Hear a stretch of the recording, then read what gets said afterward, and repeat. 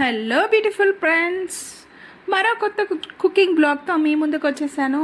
So అర్థమైపోయి ఉంటుంది, beetroot special today వచ్చేసి. సో బీట్రూట్తో ఒక స్పెషల్ వెరైటీ అయితే చేయబోతున్నాను. వెరైటీ అంటే వెరైటీ ఏం లేదు, అందరికీ తెలిసిందే, మ్యాక్స్ అందరు ట్రై చేసే ఉంటారు. బట్ ఏంటంటే నా స్టైల్లో నేను ఎలా చేస్తాను అనేది నేను మీకు చూపించాలనుకున్నాను. సో అందుకోసమే ఈ వీడియో అండి. సో ఈ వీడియో పూర్తిగా చూడండి, ఇందులో టిప్ కూడా ఉంటుంది, ఒక చిన్న టిప్ అన్నమాట. చూస్తున్నారు కదా, బీట్రూట్ పూరి కోసం యాక్చువల్లీ ఏంటంటే మా ఇంట్లో వాళ్ళు అడిగారనమాట. సో ఈరోజు స్పెషల్గా ఏదైనా చేయవా అని అన్నారు. మళ్ళీ వాళ్ళే సజెషన్ ఇచ్చారనమాట, బీట్రూట్ పూరి నువ్వు బాగా చేస్తావు కదా, ఒకసారి చేసి పెట్టవా అంటే, ఇంకా ఇంట్లో వాళ్ళు అడిగిన తర్వాత కాదంటే బాగోదు కదా, సో నేను చేసేసాను. చూస్తున్నారు కదా, గోధుమ పిండి తీసుకొని అందులో బీట్రూట్ తురుము అనమాట బాగా కలిపేసుకోవాలి.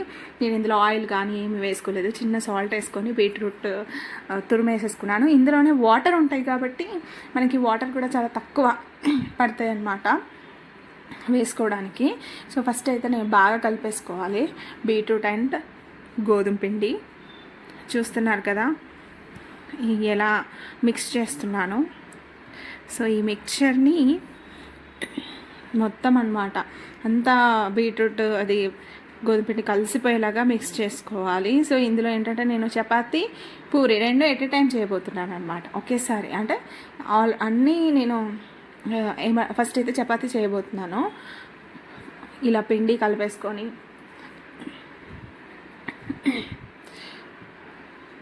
సో వాటర్ వేసేసుకున్నాను. ఇప్పుడు ఈ పిండి అయితే మొత్తం బీట్రూట్ కలర్లోకి వచ్చేస్తుంది, వాటర్ వేసాం కాబట్టి. నార్మల్గానే కర్రీ చేసినప్పుడు అన్నంలో వేసుకుంటే కలర్ చేంజ్ అవుతుంది.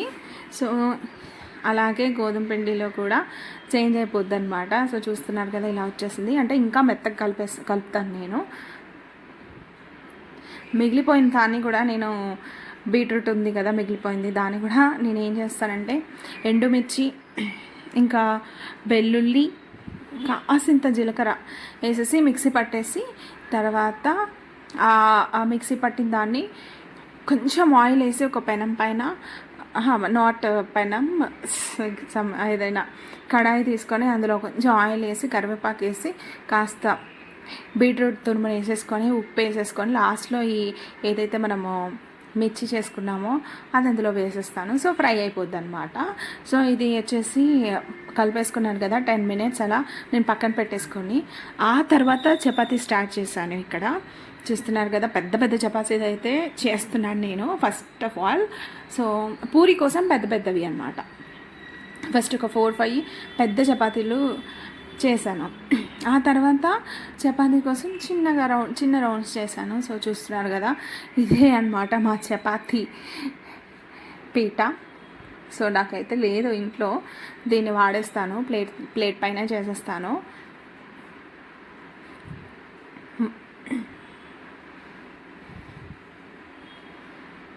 చూస్తున్నారు కదా ఎలా చేసేస్తున్నాను. సో నేను ఎప్పుడు చపాతీ చేసిన రౌండ్గా, ఇది ఇప్పటివరకు అయితే నాకు రౌండ్ షేప్ అయితే రాలేదండి. ఏదో ఒక కంట్రీ షేప్ అయితే వచ్చేస్తుంది, అది ఏ కంట్రీ ఐడెంటిఫై చేయడం కూడా కష్టమే.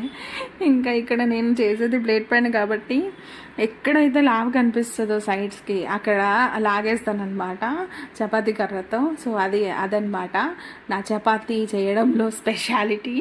సో అలా లాగేస్తాను, అది ఏదో షేప్ వచ్చేస్తుంది. ఇండియా మాత్రం కాదండి, ఆస్ట్రేలియా అలాంటి మ్యాప్లో మీకు ఏ కంట్రీ మ్యాప్ కావాలన్నా నా చపాతీ చూసుకోవచ్చు అనమాట. అలా ఉంటుంది మన చపాతీల స్టోరీ. సో మొత్తానికైతే నేను చపాతీలు అయితే చేసేస్తున్నాను అనమాట. ఇంకా స్టార్టింగ్లో అయితే చాలా లావ్ చేసేదాన్ని, ఇప్పుడు కాస్త సన్నగా అయితే చేయడం నేర్చుకున్నాను. సో పిండి ముద్ద ఎక్కువ తీసుకునేదాన్ని, నాకు ఎంత క్వాంటిటీ తీసుకోవాలో తెలియక. చూస్తున్నారు కదా, సైడ్లు ఎక్కడైతే లావ్ కనిపిస్తే అక్కడ లాగేయడమే మన పని అనమాట. సో అలా నెక్స్ట్ ఏంటంటే చపాతీ కాల్ చేశాను. సో కాల్ చేసి దాని కాంబినేషన్లో పప్పు అనమాట, మైసూర్ పప్పు ఇచ్చేసాను. చపాతీ కావాలని అడిగి మా వాళ్ళకి, ఎవరైతే కావాలన్నారో వాళ్ళకి చపాతీ ఇచ్చేసాను అనమాట. సో కాల్ చేసి ఆ టర్న్ అయిపోయింది. ఇప్పుడు పూరి టర్న్ వచ్చేసింది. పూరి దగ్గరకు వచ్చేసరికి చూస్తున్నారు కదా, ఇక్కడ రౌండ్ కాకుండా ట్రయాంగిల్ షేప్లో కనిపిస్తుంది. ఇప్పటికే మీకు అర్థమైపోయి ఉంటుంది. సో నేను ఏదైతే పెద్ద చపాతీ ఎందుకు చేశానో, బట్ ట్రయాంగిల్ షేప్లో కట్ చేసుకోవడం అవసరం లేదు. ఇలా కట్ చేస్తే ఇలా ట్రయాంగిల్ షేప్లో వస్తాయి అనేది ఇప్పుడు మీకు చూపిస్తాను. సో నేనైతే స్టార్టింగ్ నుంచి కూడా నేను అంత రిస్క్ చేయలేదన్నమాట. రౌండ్గా చిన్నగా పూరీలు. సో నేను ఎప్పుడైనా కూడా పెద్ద చపాతీ చేసేస్తాను. ఆ చపాతీలో ఇలా 4 పీసెస్ చేస్తాను. సో దీని లాస్ట్లో చూపిస్తాను చూడండి. 4 పీసెస్ చేసేసి దాన్ని పూరీలా కాల్చుకుంటాను అనమాట. సో నా పూరీ రెడీ. ఎవరైనా గెస్ట్లు వచ్చినా ఎవరైనా వచ్చినా కూడా చాలా బాగుంది, ఎలా చేసావని అడుగుతారు. సో పూరీ ఇలా చేయొచ్చా అని అలా ఉంటుంది ఇక్కడ. ఆల్రెడీ నేను వీడియో ఇంతసేపు వేసిన పూరి పొంగలేదు. సో నా తర్వాత వేసినవి మాత్రం పొంగాయి అనమాట. దీన్ని చూసి మా వాళ్ళు ఒకటి నవ్వుకోవడం. చూస్తున్నారు కదా పూరి ఎలా ఉందో, ట్రయాంగిల్ షేప్లో ఉంది. సో నెక్స్ట్ ఎలా కట్ చేస్తున్నానో చూపించబోతున్నాను చూడండి. ఇంకో పెద్ద చపాతీ తీసుకున్నాను. సో చపాతీని ఒక నైఫ్ తీసేసుకొని 4 పీసెస్గా కట్ చేసుకోవాలన్నమాట. 4 ఇలా అంటే ఇలా కట్ చేసుకోవాలి స్ట్రైట్గా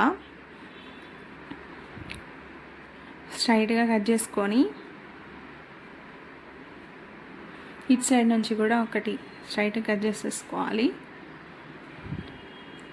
నేను నార్మల్ పూరి అయినా కూడా ఇలాగే చేస్తాను. అంటే బీట్రూట్ లేకుండా జస్ట్ గోధుమ పిండి పూరి అయినా కూడా ఇలాగే చేస్తానన్నమాట. 4 పీసెస్ అంతే, మన పూరి కథం అయిపోతుంది. అదే గట్టిగా అయితే ఒక 5-6 చపాతీలు చేసేస్తాను. ఇది పెద్దవి.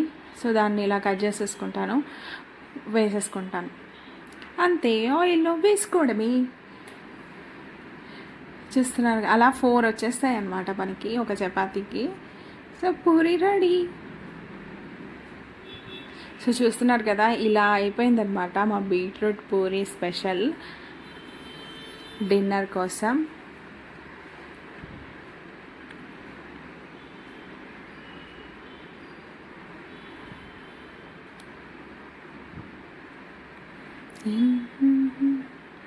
నెక్స్ట్ ఇంకా నేను నా టర్మ్ డిన్నర్ వచ్చేసింది.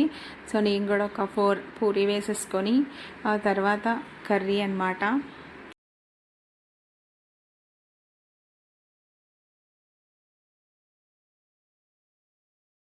సో చూసారు కదా ఫ్రెండ్స్, ఈ వీడియో మీకు ఎలా అనిపించిందో కామెంట్ చేయండి. అండ్ ఇంకెవరైతే మన వీడియోస్ని చూస్తున్న వారు కస్తూరి టాక్స్ ఛానల్ని సబ్స్క్రైబ్ చేసుకోలేదో వెంటనే సబ్స్క్రైబ్ చేసుకోండి అండ్ లైక్ చేయండి.